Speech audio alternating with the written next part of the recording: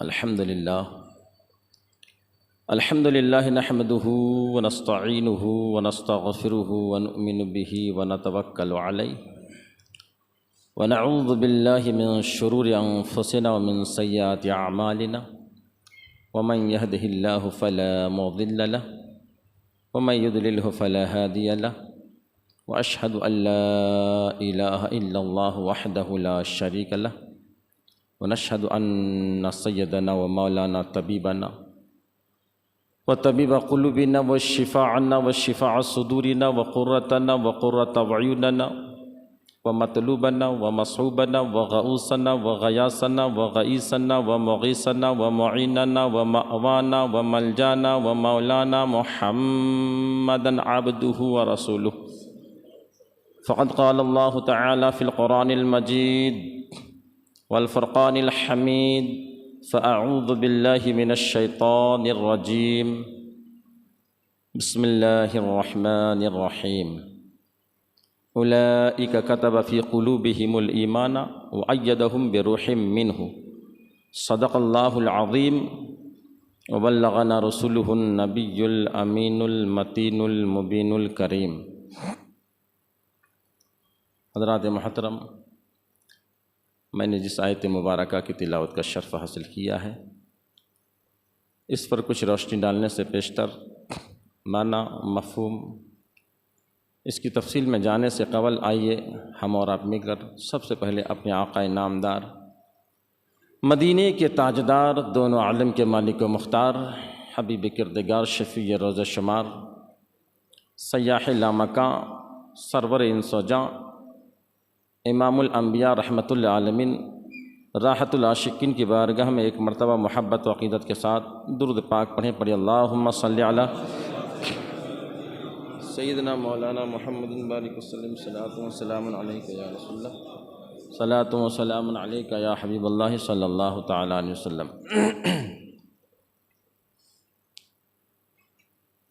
हज़रात मोहतरम, हम और आप बड़े ही खुश नसीब हैं कि एक अल्लाह के वली के ज़िक्र खैर करने के लिए यहाँ तशरीफ़ फरमा है।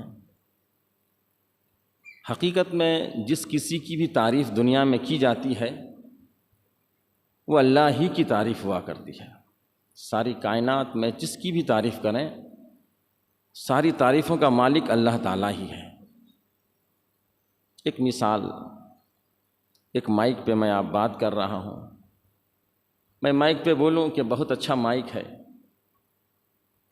इसका स्टैंड बहुत अच्छा है, इसकी आवाज़ बहुत अच्छी है, जितनी भी तारीफ़ करूं, खुश कौन होगा? खुश कौन होगा? माइक बनाने वाला कि मेरी तारीफ़ हो रही है। कुर्सी की तारीफ़ करूं, बहुत अच्छी कुर्सी है, कलर बहुत अच्छा है, मज़बूत है, हर एतबार से अच्छा है। खुश कौन होगा? इसका जो बनाया है, इसका जो मुजिद है, वही खुश होगा। ऐसे ही जब भी हम औलिया किराम की तारीफ़, तौसीफ़, उनका ज़िक्र खैर करते हैं, हकीकत में अल्लाह ताला खुश होता है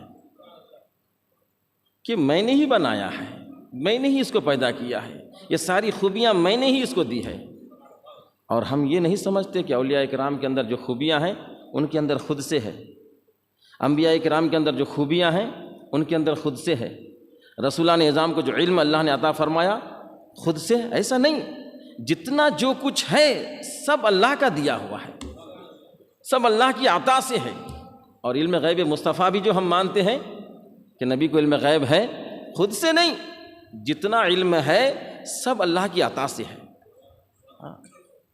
जहाँ कहीं इल्म गैब का इनकार है वो इल्म गैब ज़ाती से इनकार है। इल्म गैब ज़ाती का मतलब खुद से होना, किसी के देने से नहीं, खुद से।